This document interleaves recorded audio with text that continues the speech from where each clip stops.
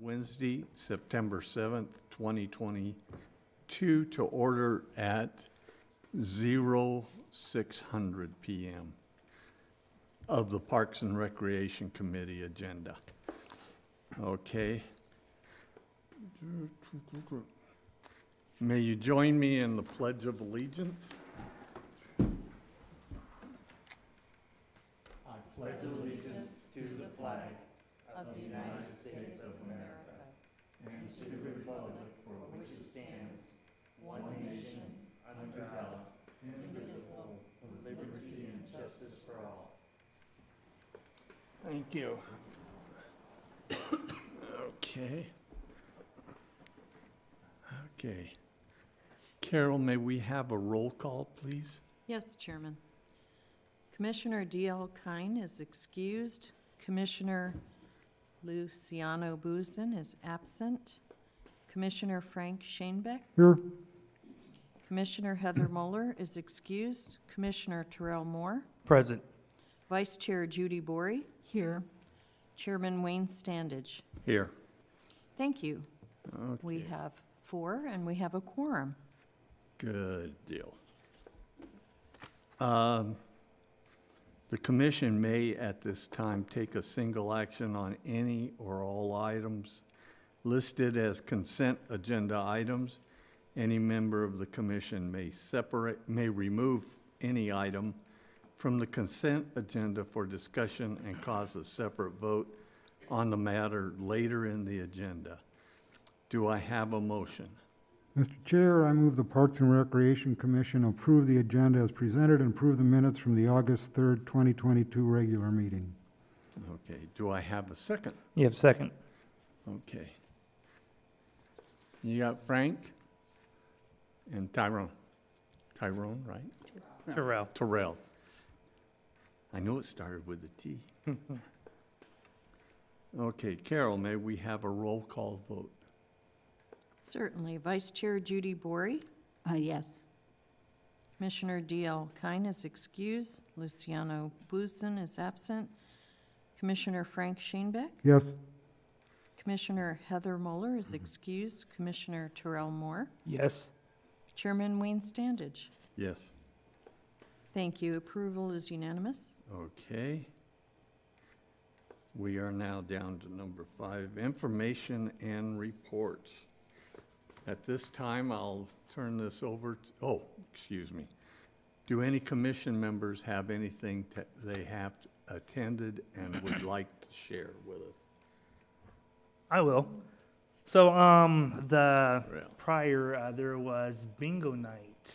Yes. Very fun. I was amazed about it this go around versus the last time I went because the amount of individuals that came for it. There was a lot. So I see that as a great thing for the community. We did have one of our youngest. She won a bingo, so like she was very ecstatic about it. She even still has the bingo little slip. So very, very nice. Very nice. Okay, I don't have anything. Frank? I've been running up to the MGC a few times a week, keeping an eye on the dog park and Flatiron on the way. And they seem to be doing well. I will say the dog park is not getting overused during the middle of the day, but I can't imagine why not. Oh, yeah, right. But it is getting used, and it's good to see it there. It's so much better than that old mud hole. Yes, it is. It's very pretty. It's the good part. Okay.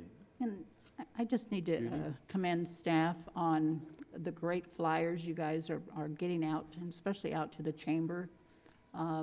People really like picking up all of those different flyers, and they're just so colorful, and everybody loves them. So thanks for all that information coming out from you guys. We will definitely pass all that on. Thank you, guys. Okay, at this time, Liz, I turn it over to you for the different presentations you have set. Sounds good. Thank you, Chairman Standage. So first item under staff report is just an update on parks and other opportunities in our service areas. A couple of new things since we met last. We have started the purchasing process, and we have orders in for a bunch of our bigger ticket items. So our multi-gen center fitness equipment, that's going to council at their next meeting, and so we were able to get that within our budget that was budgeted for replacement of all of our cardio equipment. And we will be bringing back, at the next meeting, we'll be bringing back a little update on what that cardio equipment is going to consist of. You'll hear kind of the same thing that our city council will be hearing as they review the purchase. I've already shared with you, the slide deck is on order. Our tennis court renovation at Superstition Shadows Park, so that's the biggest ticket item in the Land, Water, and Conservation Fund grant that we received for that park. So we will be putting that post-tension concrete over our existing tennis courts, and then doing some ADA improvements, obviously doing the acrylic and overlay, and changing out all of our nets and everything that's there. That will definitely help to prolong the life out there.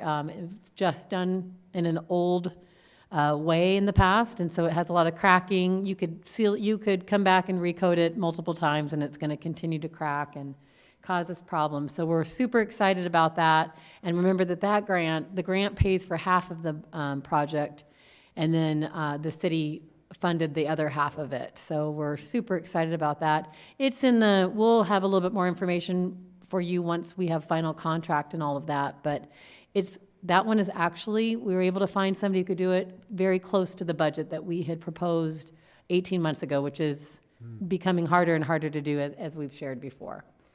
The other item that I wanted to share was a couple things in parks. So as you are all aware, living out here, we've had a ton of rain.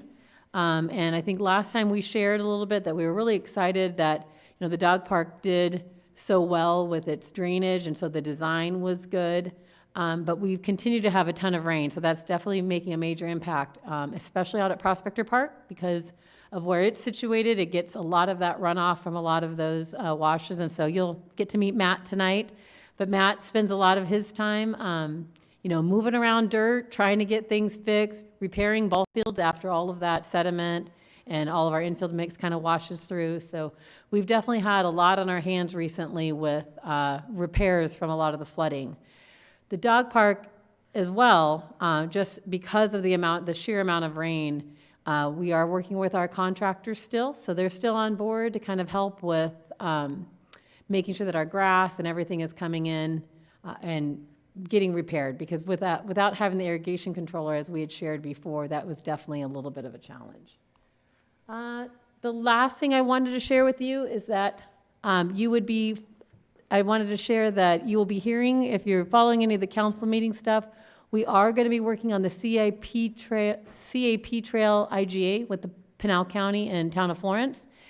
It is primarily for development, and we will make sure we bring that back for a later agenda item. But I did want to just give you a report that as you hear that, if you have any questions in the meantime, certainly let me know.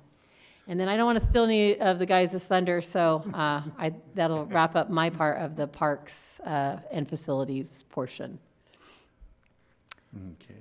Any questions on any of that? Okay.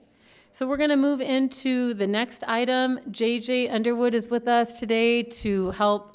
Jamie is off at some great 70s concert or something like that. She was actually very disappointed to miss you guys tonight, but she asked JJ to fill in for her. And so you guys have all met JJ, and we'll let him take over the recreation and program side. Yeah, thank you, Liz. Good evening, Commission. How are you guys doing? Good. Hello. Yeah, Jamie, I think went to Duran or something tonight, so I think that's why she couldn't be here. So sorry to disappoint. I know you guys look forward to having Jamie here, but so I just wanted to go over some of the things we have coming up in September, and then a little bit in October. So first thing we have in September, for the first time, we're offering swim lessons on the weekends, so Saturday swim lessons. We currently have 68 signed up, and so that is free to the community due to a grant from SRP and our scholarship fund, or any AJ resident can sign up for that for free. So we're really excited about that. The first time we've been able to offer it on the weekends, and we got a pretty good turnout for it, I think, for our first time. Also, a new thing we have going on that just started is we're offering archery. So we're able to partner with a archery group. We actually maxed out immediately at 20 people, and then opened up, but we had like 20-something people on the wait list. We opened it up, and that maxed out again, and now we have even more people on our wait list. So I think we're up to 36 people that they're currently taking. So yeah, it's been hugely popular. So I know they're looking at offering more classes if we can offer it with this new group. Oh, Matt, excuse me, JJ? Yes. How does that work? Or do they provide all the equipment? Yep, so they're providing all of the equipment, all the stuff. They're doing it out, and Matt can they're doing it out at Prospector Park by the rodeo grounds. And yeah, it's for ages 8 and up, I believe. So anybody can do it, age 8 and up. So I think we do have a mix of like younger kids and adults that are taking it too. So it's really cool.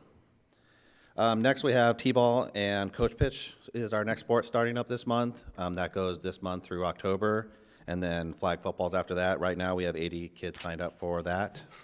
And then leading a little bit into October coming up, we have our next big special event is going to be Halloween event on the 29th of October. And one of the new things that we're excited about that we're adding is the pool is adding a pumpkin plunge.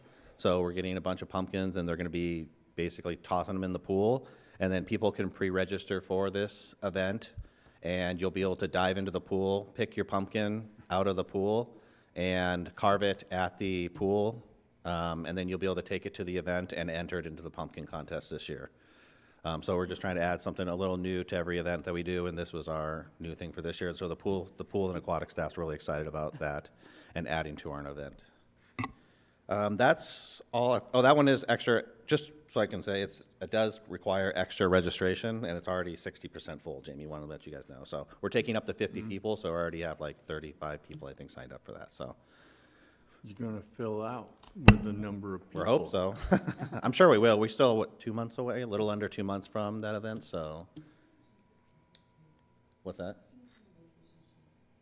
Oh, yes, that is kind of important. We are moving Halloween event this year. So normally in the past, we've held it at Flatiron Park, and just the sheer size of it has grown so much. We are going to be moving it over to Superstition Shadows Park this year. Just to keep it, we had to close down the road to do that kind of stuff, and just the sheer amount of people there for safety reasons and just for space reasons. We're going to be moving it over to Superstition Shadows Park. We'll be doing our trunk or treat and everything in there, and able to spread out more, have food trucks and everything like that. It's quite a bit larger than Flatiron, so we'll have more space to do different things and ticketed games and all that kind of stuff that we did last year. So that is all I have. Does anybody have any questions? I do have a question. So, with the Halloween festival, I know we were going online and looking at it, and we were kind of confused with the sponsors. So with the sponsors, would they have a booth to sell items, or would it be just for candy to give away? So it depends on if they're, so we have the trunk or treat, and then we have our booth that are out on the field. If you're a for-profit business, you're in the trunk or treat traditionally. And if you're like a vendor or a nonprofit booth, those are normally the ones that are in the field area. And then those have games, and then that's what people can turn their tickets into. And then the money that we bring in, we're actually divvy back out to all the local youth serving agencies. As far as the sponsors, it depends. So we're looking for bounce house sponsors and candy sponsors. So it just depends. There's a bunch of deliverables that go which different tier you want. So it's kind of like, depending on how much they want to give us, is where you'll be. But if they want to set up a booth, they can do that. It's kind of really what they want. Okay. That makes And sense. historically, they're not there usually selling things like as their business, just because it's such a short amount of time. Right. It's not really conducive for setting up all your, art things you want to sell or anything like that. So typically, the businesses get involved by either having a game or doing the trunk or treat. Yeah. Contributing to one of those nonprofits that's already there. Those are some of the ways that they get involved. Yeah, we don't normally have selling. It's more of a marketing piece, especially for for-profit businesses. Right. We ask that they bring $250 worth of candy to the trunk or treat. And then we partner with Lost Dutchman Realty, and they actually stuff 2,000 bags.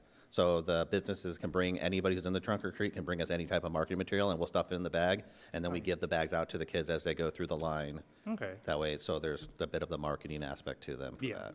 Okay. Thank you. Any other questions? No. Okay, thank you, guys.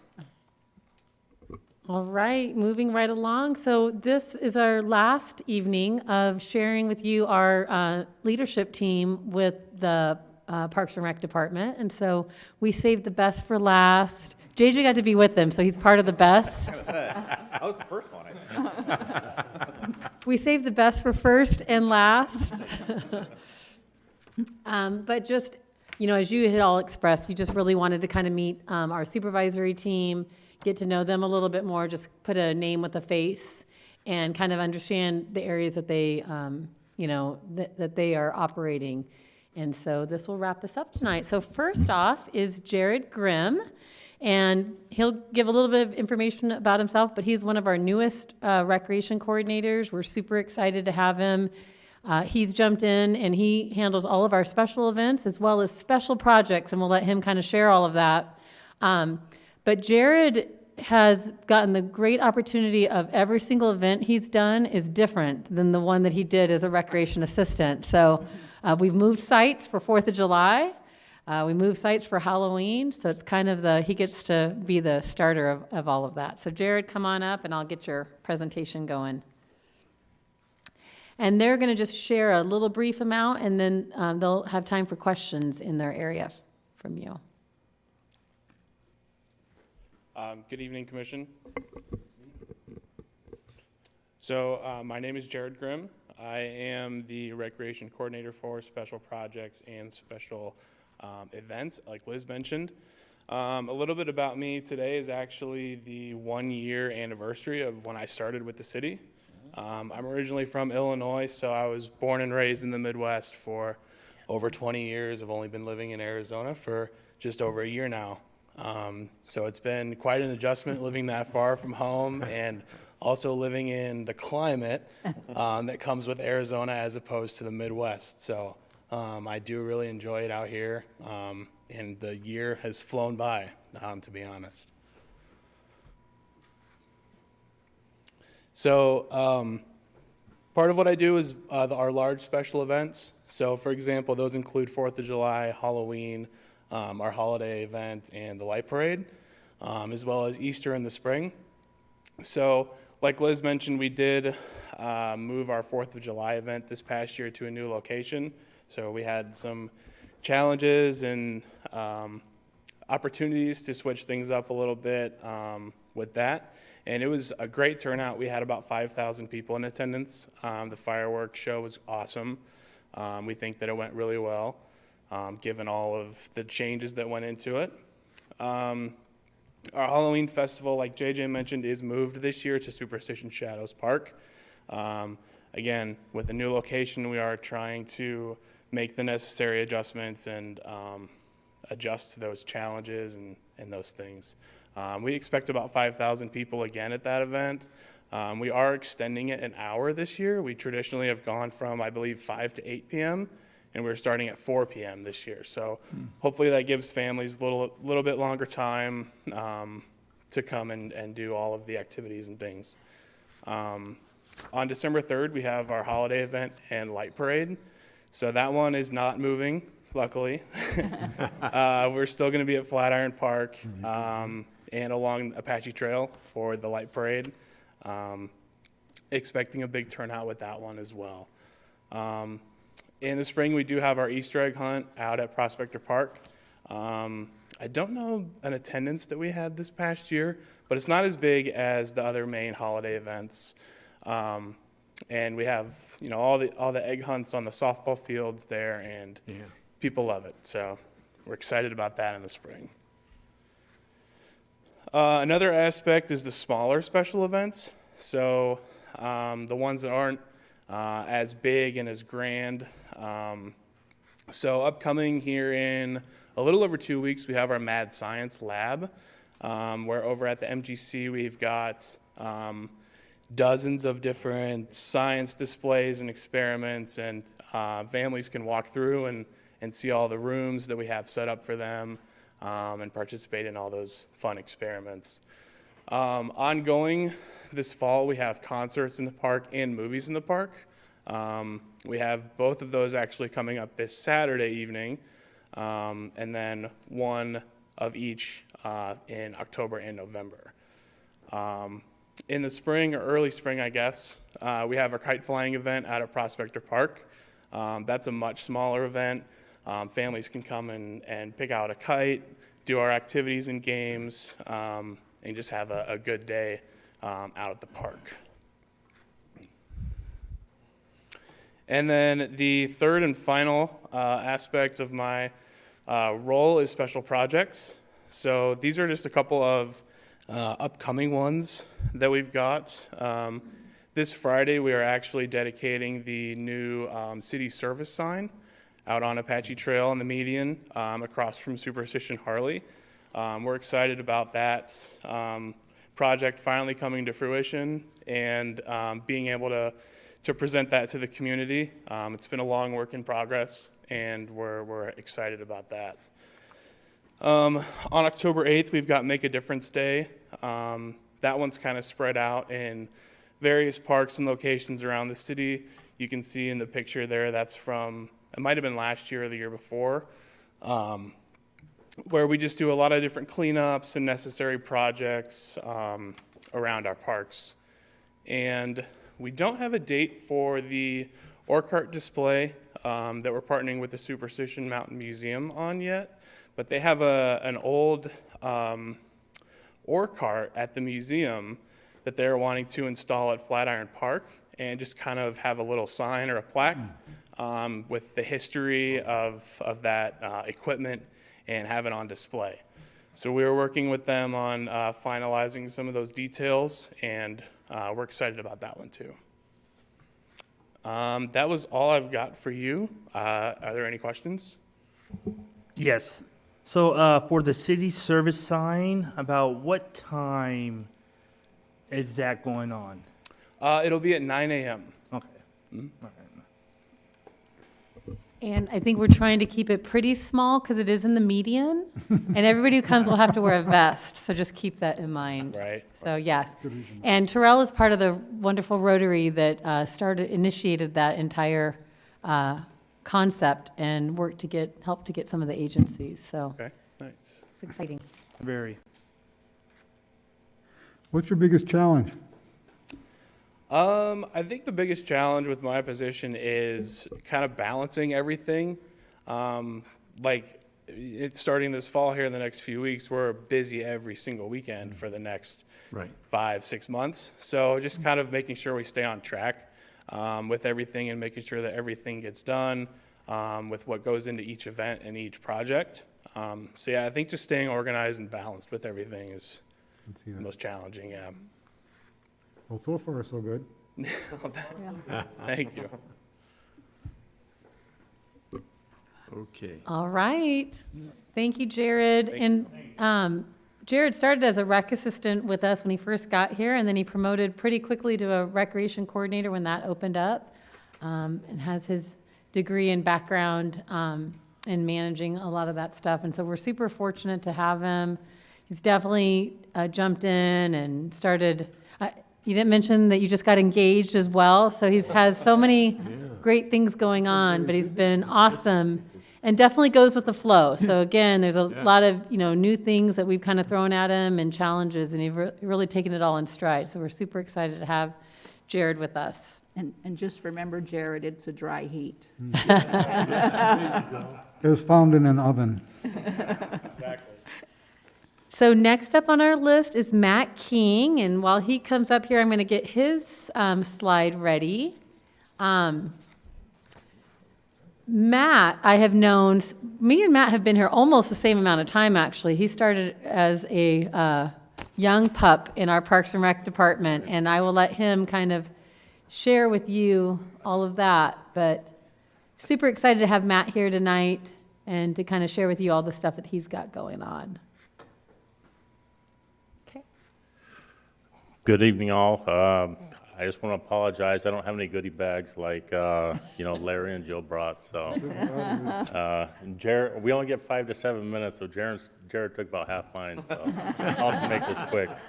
All right. Well, thanks for having me. A little bit about my background. My name is Matt King. I've worked for the City of Apache Junction Parks Department for 24 years. I think I just aged myself, but I grew up in AJ. I moved here when I was in the 7th grade. I graduated in '98, and then I got hired at the city of Apache Junction. Don't know how I got hired here, but Jeff Bell probably had a big part in that. So we'll go to Prospector Park. That's a little bit of history about myself. So Prospector Park, this is our largest park in the community. To maintain it takes about 2 to 3 people, and we are there daily. This park has over 15 acres of grass and roughly around 276 acres of surrounding property. We manage on a daily basis 20 acres of either turf or landscaped areas. Some of the amenities include softball, baseball, volleyball, racquetball, tennis, pickleball. We have multi-use fields that we use football and soccer on. We do preps for these daily, so it's a workload for two to three guys. We also partnered with the library on a storybook walk that was created. We have about 18 different locations of the storybook throughout the park, so the kids get to walk through the whole park and enjoy the storybook. That's a great idea for the kids, and they have a blast walking around and reading the different pages. Some of our major budget items, we're replacing the Phase 2 large playground structure, and we'll be adding and installing a new shade structure, combined estimate around $125,000. We're doing a restroom remodel at Phase 1 and Phase 3, estimated around $55,000. And that will be in FY22 this year, so hopefully all that goes fairly smooth. Rodeo grounds. So this picture, I actually did this, I'm estimating somewhere around 2010 area. I don't know if I had a little extra time on my hands this day or what I was doing, so. This facility is about 20 acres. Some of the events that are held out there are Lost Dutchman Days and the Tractor Show. There are a few organizations, including Shaw, SMPC, Goldfield Ghost Riders, and actually, as JJ mentioned, we partnered with Timber Mesa Archery, and they're using that facility now. So, Silly Mountain. At Silly Mountain, there are 11 trails with Huff and Puff. The most difficult, in my opinion, is the Huff and Puff Trail. That's not saying much because I do Huff and Puff when I put my shoes on in the morning. So. We also have a botanical walk out there. We have signage around this botanical walk, and it just states kind of what kind of trees, bushes, any of the plants, what they are. Growing seasons of them. As far as our trail system goes, we have about 9 square miles of fenced area and roughly over 140 horse gates that we maintain. And when I'm saying this, all this is done with 2 to 5 guys. So we have quite a workload. At City Hall, 2 of my staff maintain this area. City Hall complex includes City Hall, the police department, gazebo, MGC, and the library, including the MGC inside maintenance. We also maintain the inside of that. Some of the maintenance we do at the MGC ranges from electrical, plumbing, general maintenance. Our last slide here, some of our special events on the north side. We do Lost Dutchman Days, Mud Run, Easter, Lost Dutchman Marathon. I just want to say I definitely couldn't do it without my crew. So they're the ones that make me look good, and the parks and the community. So what do we got here? My time's about up, so I just want to thank you guys for getting to meet you guys, and appreciate it. Any questions for Matthew? Yeah, Matt, How did it go for you guys with that big storm that came We, down? we had about 2 weeks probably worth of cleanup, and it was a lot of work. So, Well, watching it come over the Right. mountain was, right.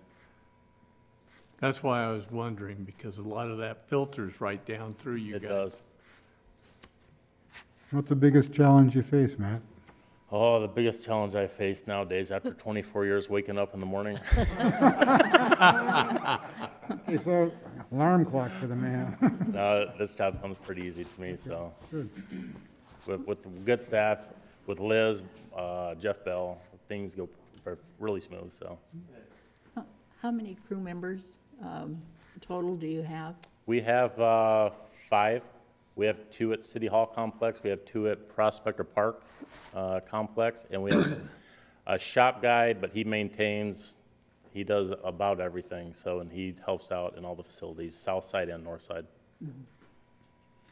By that you mean he's maintaining a lot of Yeah, the he maintains, equipment. exactly, he maintains a lot of the equipment, he does a lot of plumbing, electrical for us, a lot of dirt work. He does it all. You had an interesting time here recently at the MGC with the plumbing, didn't you? We did. We did about $13,000 in renovations there. Wow. And so hopefully we got that on track, and we're heading in the right direction with it. The great thing about Matt is that pretty much everything that he's in charge of, he's probably done at one point in time or another. sure. So he has no problem getting on the backhoe or moving stuff around. Every last session days, you'll see, I think he enjoys being on the tractor and Yep. taking his turn out there, so, and he's probably the best one out there that does it, so it's great having Matt part of our team. Well, I appreciate all your guys' time. Thank you. Thank you. Thank you. All right, and that concludes the staff reports. Okay, we have no old That's fine. business Thank you, appreciate it. Thanks. tonight, so Liz, you're on for new business. Yes, so we're super excited for this item tonight, and I'm gonna kind of cue ourselves up while I'm doing our intro. Is it okay if I start it from there? Okay, perfect. Okay, so tonight with us, we have, first of all, Bill Donato, and he's the Urban Forestry Environmental Education Assistant from Arizona Sustainability Alliance. And you may have remembered hearing that name. They've helped us with the Apache Trail Median projects. Bill is like super volunteer. He is involved in a whole lot of things. And he's been kind of really sharing with us the whole Tree City USA concept. And we've worked on it off and on over the last, 18 months. It might be 2 years now. I'm sorry, Bill. But there's a lot of different things, and there's a lot of components to Tree City USA. And so Bill had shared that maybe having somebody come in and share with all of you and have you guys hear a little bit about the benefits of being designated as a Tree City USA would be a good idea. So we're going to actually turn it over first today to Megan. Lastly, she's a Conservation Education Coordinator for Urban and Community Forestry, the Department of Forestry and Fire Management. And she's going to be talking to us about Tree City USA. And then they'll kind of tag team a little bit if there's questions. And we might be able to get Bill up here at the very end to kind of just share maybe some of his other, interests and what he's been working on with the city. So take it away, Megan. That sounds great. Hi, everyone. Hi. Thank you so much for having me tonight and fitting this into your agenda this week. And thank you, Bill, for really connecting us all. You guys definitely have an engaged citizen over here, and listening to all the different parks, it sounds like your community is very active in the parks in general. So I'm very excited to share the Tree City USA program with you. I work for Arizona's Department of Forestry and Fire Management. I'm in the Urban and Community Forestry program. So I'm the Tree City Coordinator for Arizona. And the Tree City USA is essentially a recognition program founded by the Arbor Day Foundation, specifically for municipalities and communities like yourself. So today, this is kind of an overview of what the program is, and it's kind of the what and why of Tree City USA, and I'm hoping it will lead us to conversations about the how and when for Apache Junction. It definitely sounds like you're already doing a lot for your trees here, and so I'd love to see you recognized, and I invite you during this presentation to just think about what it would take for Apache Junction to participate, and definitely ask any questions, have any comments and concerns at the end. All right, so before we get started, I just wanted to introduce the Department of Forestry and Fire Management, in case you don't know who we are. We are a dual department, a state agency, and our mission is to manage and reduce fire risk, to protect Arizona's people, and to champion the health of our natural resources here. So on the forestry side of things, we have 4 different programs: the Forest Stewardship Program, our Forest Legacy, Forest and Woodland Health, and then that Urban and Community Forestry program. So with that, why does DFFM, which is the Department of Forestry and Fire Management, just to save my breath, why am I here talking to you about Tree City USA today? And that is because urban forestry in Arizona is really the closest to home for us, because only about 5% of Arizona land is urban, but 90%, almost 90% of our population lives in these urbanized spaces. And in these spaces, urban trees really do provide critical infrastructure and provide many benefits to our communities. We all know, as it's been mentioned, how hot it is here, and many of our urban areas are experiencing things like the urban heat island effect, which is causing increased energy cost, increased air pollution, and higher levels of heat-related illness. And we know that urban trees really are a part of the solution to help us mitigate these things. The program, the Tree City USA program, also helps us at the state level increase our communication and build relationships with our communities. Essentially, the program is celebrating and recognizing you for tracking your efforts in urban forestry. And those numbers really tell a story, they serve a purpose, and they help us identify ways to support you.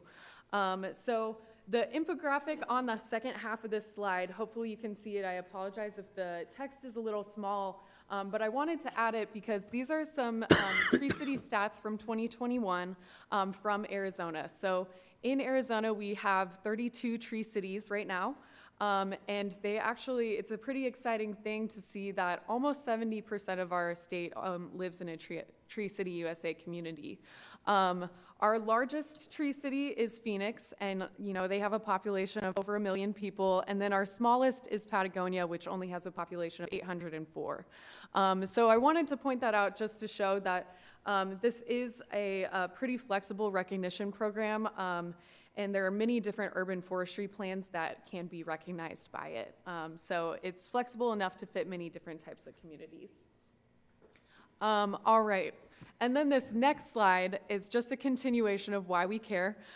There should never be this many words on one PowerPoint slide, but I put it there for the wow factor because look at all these benefits that trees are providing for us in our communities. We'll dive into some of these a little bit more. This list is certainly not exhaustive, even though it's huge, but we really feel that trees are critical infrastructure and they directly impact the health of our community. So it's really important to just recognize that and invest in them. So, and all of these are backed by research, so I can give you lots of research to read if you're interested. So that leads us to Tree City USA, and that it is a recognition program dedicated to growing strong, healthy, and green communities. And these slides are a little prettier. They're from Arbor Day Foundation, so we switched it up. But first, today we'll cover the value of the trees in a little more detail and more visually appealing slides. Next, we'll talk about how the program illustrates those values to your community, the benefits of being a part of the program, and then the standards required to apply for recognition. All right, so first up, value. Trees are, as we mentioned, they're green infrastructure that pays us back in many ways.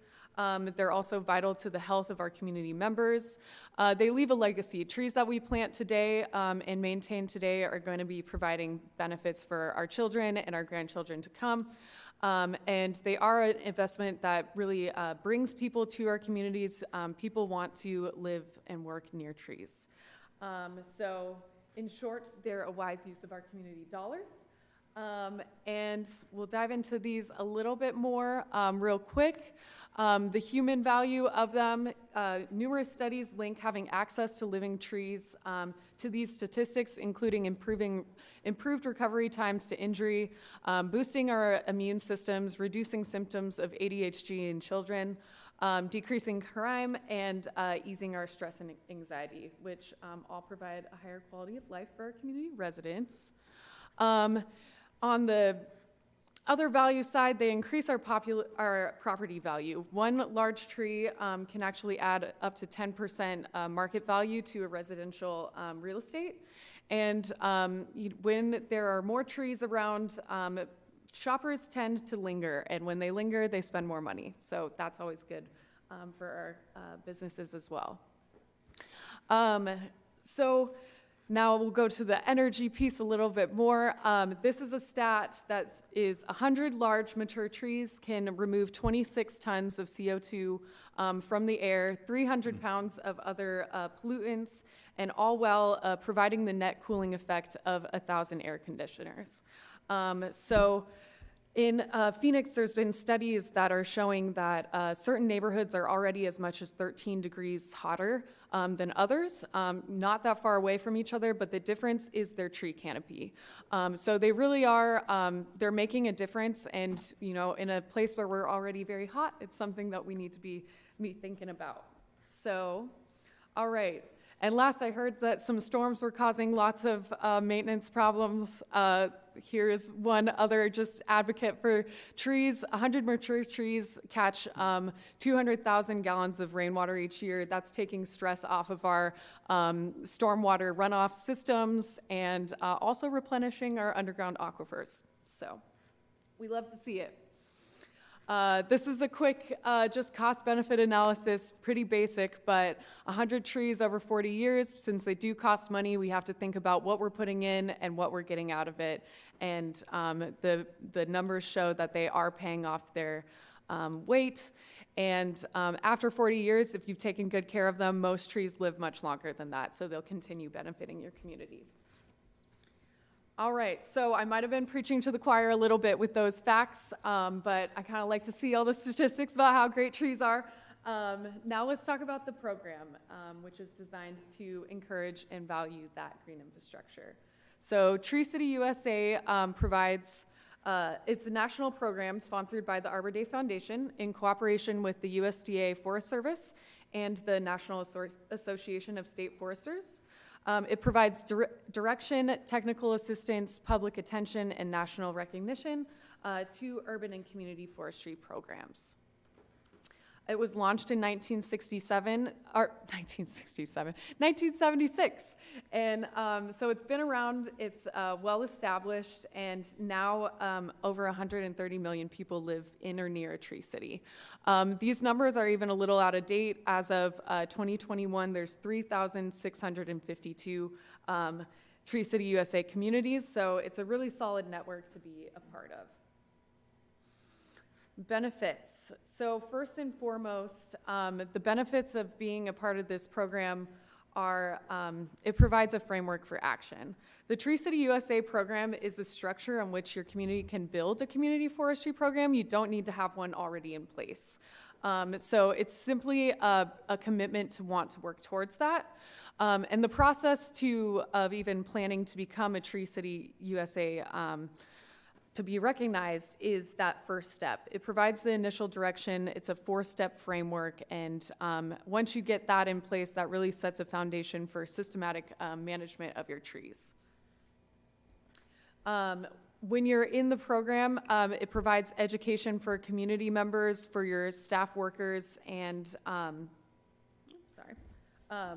and volunteers. We at the state level really, with our urban and community forestry program, our goal is to help communities create these self-sustaining urban forestry programs. And so to do so, we utilize a lot of one-on-one guidance, supporting professional development, offering our Tree City USA communities specialized grant opportunities, and more. There's lots of awesome community partnerships, such as the Arizona Sustainability Alliance, that can really help enhance community forestry programs. And you really become a part of this network where you can skill share and learn a lot, especially in Arizona. You know, we have very unique urban forestry challenges. And so I think it's really important to talk to other communities about what they're doing, how they're doing it. A fun fact, some of your neighbors are tree cities such as Florence and Gilbert and Coolidge. So having that community and connection is pretty important. A public image, you receive these promotional materials to share with your community. It really just shows the community that you prioritize your green space and a high quality of life for your residents. Which in turn turns to resident pride, you know, when you get to involve the community in actions such as taking care of your trees. They are more inclined to share that knowledge and you know, just really be excited about it in their own communities. I go to a lot of events because I'm the outreach coordinator for a job, and a lot of people, especially HOAs and whatnot, this isn't necessarily connected to the public piece, but they'll move specifically to a neighborhood because of the amount of trees or something of the like. It really is something that people care about. So, and finally, publicity. We love to brag about our Tree City USA cities. We talk about them at our Arbor Day celebration each year. We give them an award. You are displayed on the Arbor Day Foundation's website, and then we also highlight them in our urban forestry newsletter as well. And with the program, you also receive all this material that you can share with your community about the benefits of trees, so they can learn about it too. So standards. So we've kind of talked about the why. Now let's talk about the what. What does it take to become a tree city? So those standards, we've got 4 main standards that you have to meet to be recognized, starting with a tree board or department. Then you have a community tree care ordinance, a community forestry program with an annual budget of at least $2 per capita, and then you have to celebrate with an Arbor Day observance and proclamation. So I'll explain each of these in more detail. While we're looking at all of them on one screen, I want to note that the standards 1 and 2 will take a little extra time to create the first go around, but once they're established, you don't have to do much work to them. You simply need to uphold and maintain them. Standards 3 and 4, the program you apply each year for recognition for the actions that you've taken in that year. So those you do have to show and complete separately each time. All right, so tree board or department, this is the first standard, and the intent of having a tree board or department is to assign responsibility for the management of your community trees. It can be met by having one individual professional in charge, an entire department, or a tree board. And a tree board can be a group of volunteer citizens charged by the ordinance to develop and administer a tree management program. Often, communities do a little combination of both. They'll have one staff member and a group of citizens kind of work together on this. It really looks different for each community and how you operate. But it's important because you don't want to have too many chefs in the kitchen. And when, you know, a community member or other municipal departments have questions about tree matters, you want them to know where to go and have a clear guidance for them and next steps.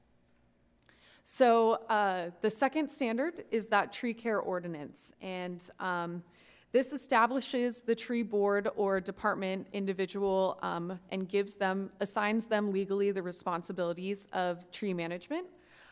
It should also provide guidance for planting, maintaining, and or removing trees on public property.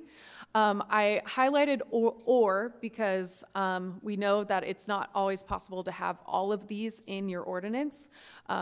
So we really, you know, it's kind of what's most important for you, what is feasible for you, and what you can add to your legal language. And it just provides you an opportunity to set that good policy that can be backed up by law if necessary.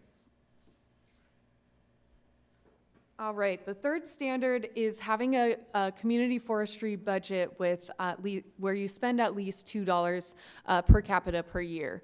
And I think this one can seem the most daunting at first because it has a dollar sign in it.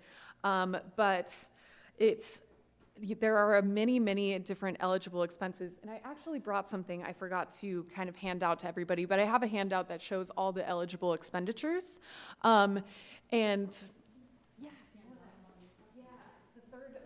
The very last page. So what can count towards this? Park workers, when they're working on trees, their time spent, their salary, including their benefits, can count towards this. The time they spent planting, watering, fertilizing, the cost of the trees, the cost of the water, the cost of the fertilizer, equipment rentals, purchase, and maintaining those, the cost of throwing an Arbor Day event if you wanted to have one of these amazing events be about planting trees, professional networking or professional development for your workers, and then even the value of volunteer labor. I believe that the national wage or the national wage for that is $20 or $25 an hour right now. So I did a little research for y'all, and based on 2020 stats, Apache Junction would need to spend about a little over $83,000 a year on tree management within this realm of items to meet this standard. So it might be worth just checking what you're already spending, how much you're already spending, and seeing how close you are to that number. Seeing if it's a feasible thing. Maybe you're already past it because it is expensive to take care of trees in Arizona. So, all right. And then that last standard is you have to celebrate. So there are many ways to meet this standard, including even virtual options or mail outreach. The most important thing is you have a proclamation that's signed by your mayor that observes Arbor Day, and that you've included the community in some way. So it can really be designed to meet the budget and resources of your community, but you've got to kind of bring it to the crowd. So, yeah. And then once you've met those standards, all you do is upload your documents at the end of each year, and you're good to go. So there's no fee to apply, but there are a lot of benefits of being involved. So in summary, I just want to mention that this is something that's here to help you grow your urban forest and urban forestry program, not just celebrate something that you've already done. It's here to help you along the way. So I wanted to just quickly touch base on what you're already doing, because it does seem like you're already doing quite a bit. And it's clear to me that you're valuing your urban trees and investing in their care. You're already maintaining public trees in almost every picture of those public spaces. There were a lot of healthy looking trees, so that's great. I heard through the grapevine that you've even performed a tree inventory, which I will be honest, a lot of tree cities have not even made it that far. So that's pretty impressive. And that is definitely something that could be counted towards the budget or an action in your community forestry plan. You do have this commission board that could encompass the tree board role if you are willing or interested. You do not need to create a full new commission or anything like that. You can have a commission or different group that takes on this role. You don't need to change your name. It is okay as long as you are dedicating some time in your meetings every now and then to talk about trees. And then you do have landscape ordinances where you cover trees during the landscape and development phase. There's likely some other legal language out there that already does talk about the maintenance of trees. So just kind of looking at what you already have and seeing if anything might fit. I'm here to help you look through that legal language. You can send anything my way to see if it might meet that standard. I am also here as a resource to build and maintain a tree board, direct assistance with the application, training on the program itself. And, no tree city looks the same, especially in Arizona. We have so many different ecosystems and climates in one state. It's really a big state. So, there are many ways to meet it, and it does kind of take some one-on-one getting to know each other to best help each other out. So please let me know if you have any questions.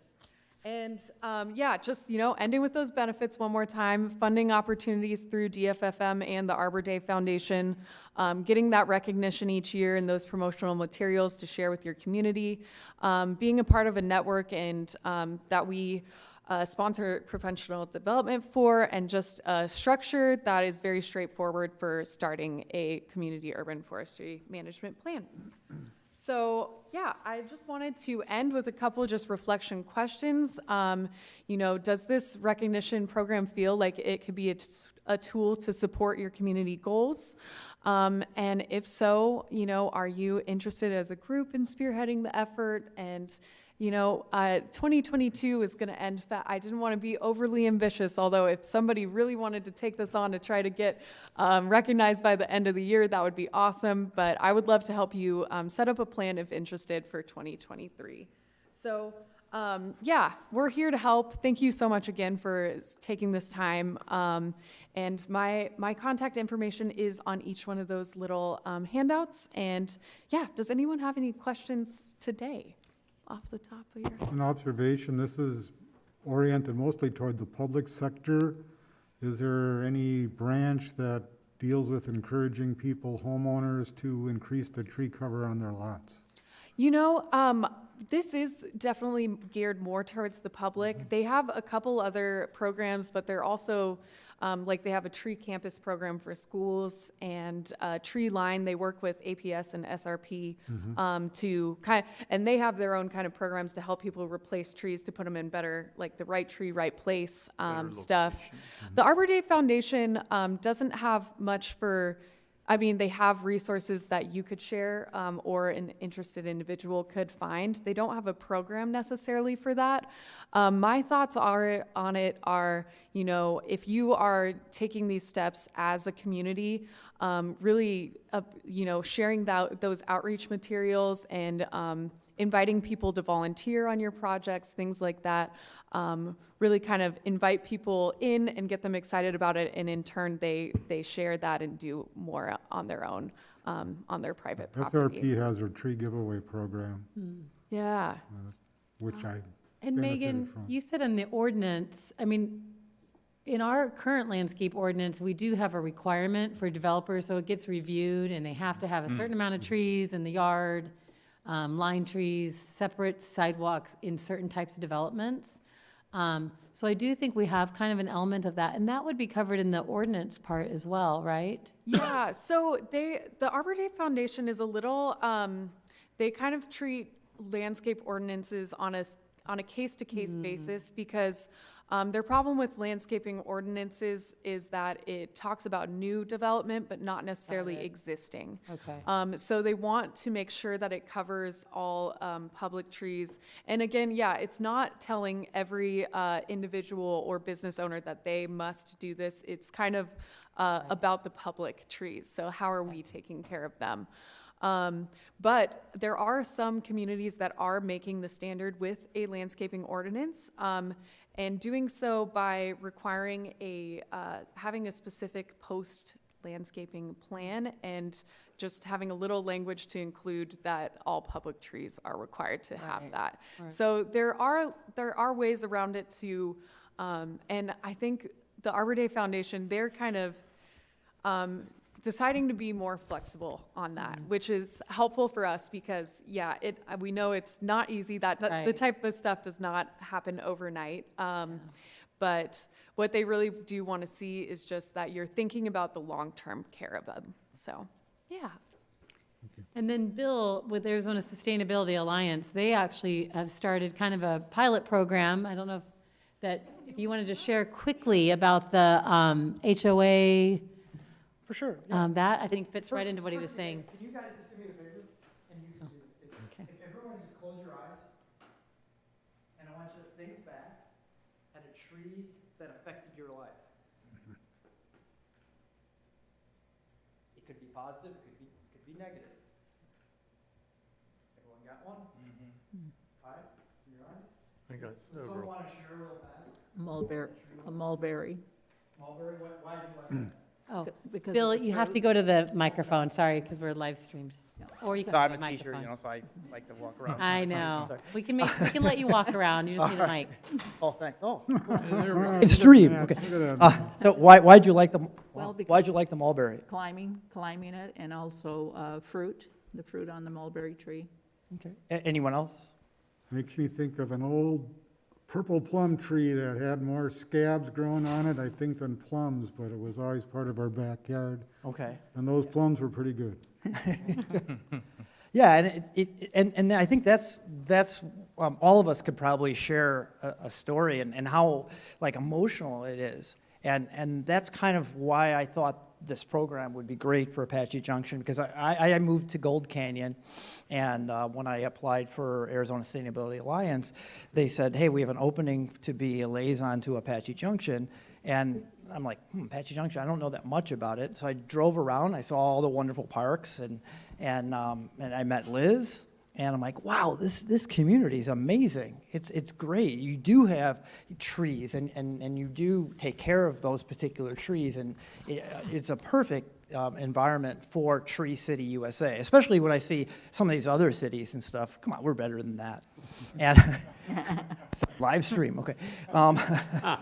But that was a great question about the private as well, too. We are coming up with a pilot program for an HOA to try to educate the residents about the importance of trees. And one of the things that I've learned throughout these 2 years is the green infrastructures, and I think Megan talked about that, increase in value. Whereas the gray and the black and the blue infrastructure, all you have to put money in all the time, and they always depreciate in value. So what we want to do is we want to pick 2 HOAs in this area, and we would educate its board as well as its citizens on trees, but other green infrastructure, water conservation type ideas. I also got involved with Earth Heart Park, and we're doing a pumpkin festival too, that's amazing. And I don't know if you've seen what we've done. The citizens got so excited about it is they voted and won a contest with Circle K, and we planted 20 trees and 40 different pollinators in that particular area, and they just got approved to be a monarch way station. You know, so that's pretty fantastic, you know, for Apache One Junction. of Jared had to leave, but we'll make sure he knows. It is one of his special projects, is Okay. Monarch Butterfly Way Station. So JJ, write that down for him. Okay. And we're working on urban heat island, try to decrease that, and of course, we know trees do that. I walked a school today in Mesa. I don't want to mention its name, Mountain View, but the concrete just radiated the heat, and students had to move from one spot, and then they had to go through this concrete to get to the gym to work out, and then they come out and do the same thing. We'd like to see more and more trees in this area to decrease that urban heat island.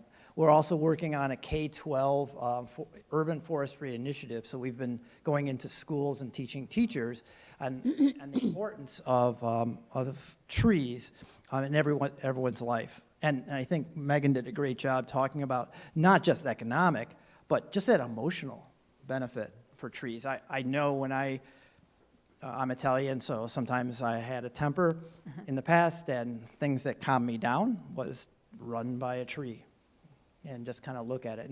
And your parks here is just a great spot for that. We're also working on a citizen forestry program, and the manual has just been written, and we were selected to be one of the pilot programs for that. So I would like to talk more about that and how we can maybe do that pilot right here and for some of your residents with that. And then we're also involved with the Envirothon contest, which is an environmental contest for students where they learn about trees, but they also learn about wildlife, soil, water, and then this year is a special topic. Last year is waste to resources. This year it's climate change and the adaptation that's required with climate change. So I think that's a pretty Cool. good overview. I Yep. wanna take- And if you have any other questions for Tree City USA or in general, and we can definitely have Bill come back on some of those other topics if you're interested in the future when we talk about agenda items. But do you feel like it's something that you think is of benefit for Tree City USA, for our department to kind of pursue? Are there certain things that you are interested in us learning more about? Well, I think the Chamber of Commerce would probably be happy to see a Tree City USA designation, anything to help us market the city. At the same time, it would make our Parks and Rec Department look even better if possible, but, on the level effect of what it accomplishes, I think getting down to that basic it's a great accomplishment as far as what's done to our town. It's gonna make our community better. Right. Not only give us a better image, but actually give us a better community. And that's part of what we're about here at Parks and Rec. So I would encourage us to look further into this. Like you say, we have a head start, even though we're a relatively new community, 1978. We have a head start in our canopy that's here already. My concern is, as a homeowner, in regards to HOAs, you see HOAs where you look at street after street and imagine if every one of those yards had a 40-foot tree in its front yard, what that would do to the temperature just in that HOA, and never mind the benefit for the community. So I think my feeling is we pursue this. Cool. All right, well, we'll definitely be more in touch. Thanks so much, both of you, for coming out today and sharing all your information. Very, very awesome, and we'll definitely be in touch here shortly. All right, thank you, guys. Thank you. Okay.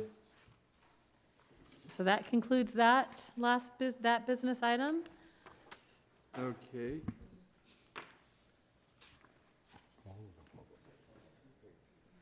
No, I know, but we still, you ready for your update on? Yeah.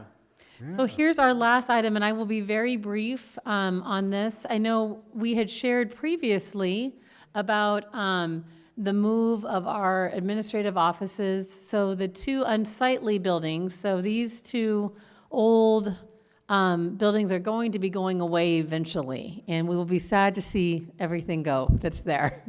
But they were like originally supposed to be temporary modular buildings back whenever the city was first built. And our former director, Jeff Bell, those of you knew him, he had a vision of us moving to this whole area and having this beautiful building over here. So he held off going over to City Hall, but now we're still here. So in talking with our city management, you know, we really want to have a professional face. We want people to be able to come and visit. We have about 7 staff that are over in these buildings still, as well as all of our storage. So I think we've already shared before that the city, we are going to be building onto the other side of the multi-gen center so that we can have everything that is for Parks and Rec. Most of our buildings will be over there. So city did plan that into the budget this year. The city council, that was a design team, was approved at the end of last year. So we've been working with the architect right now on the programming, and the idea is just that right now they are looking at a small sliver kind of here on this end that would be the offices and storage. And then the city is working on an overall space assessment as we grow as a city to look at, you know, our police department doesn't quite have the amount of space that they need. Moving over, making sure that we have enough room as we grow is really important. So that's kind of the plan right now. We are hopeful that by, in the next month or two, that we'll be wrapping up some of the preliminary architectural stuff. And we would hope that, you know, in January, we'll be able to start working on getting that construction contractor started. And if things were to go well, we would be moving hopefully in the next 6 to 9 months. So this is a relatively small project because it's like basically putting on an extra wing of the multi-gen center. But it'll be nice to kind of get rid of these buildings and look at using this space in a more positive way for our community. We're gonna have a demolition party? We are, yes. They've already started getting quotes for demolition because I think that's the number one thing on their mind. Liz, are they keeping those big trees? Well, this whole site is gonna be looked at as, so like for everything that's here would have to be, we have to do a salvage plan for mature trees. Right. There's a really nice saguaro out in front of our office. So, it really depends on what this is going to turn into, but I would imagine that they'll be able to demolish most of the building and be able to keep some of the trees. The saguaro will have to get replanted somewhere else on the property. Yeah, but there's a couple of good. Yeah. If they survive, they'll definitely be kept. It just depends on what this becomes, so I would imagine.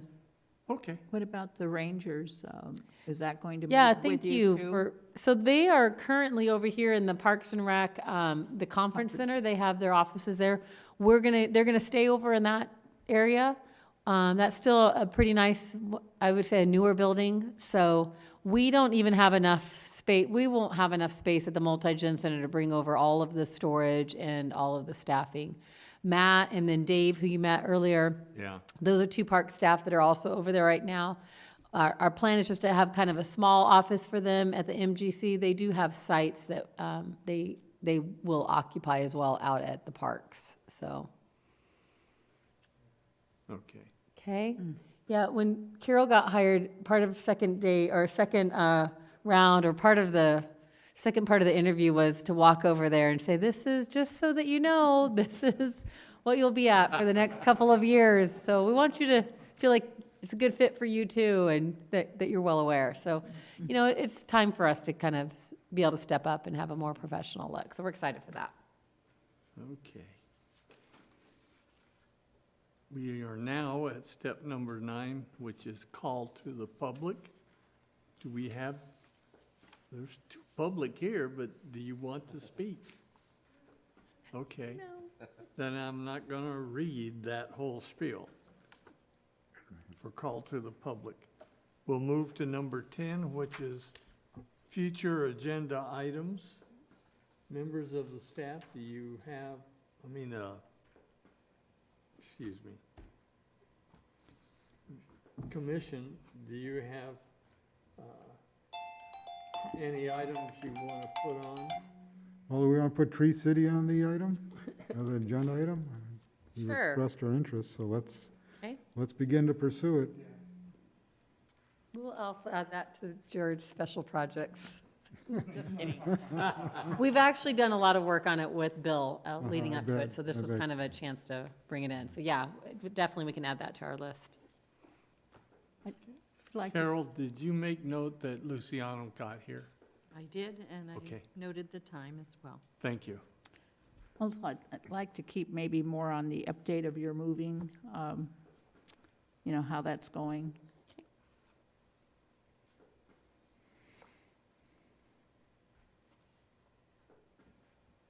We will also, I'm not sure if next week or next month, for sure in November, we'll be bringing back an update on the strategic plan. Okay.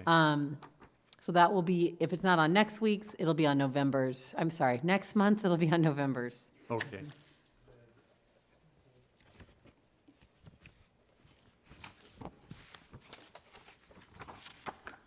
And, oh yeah, I should probably wait. I'll tell you. Yes, Nothing. got something? No, nope, I don't have anything left.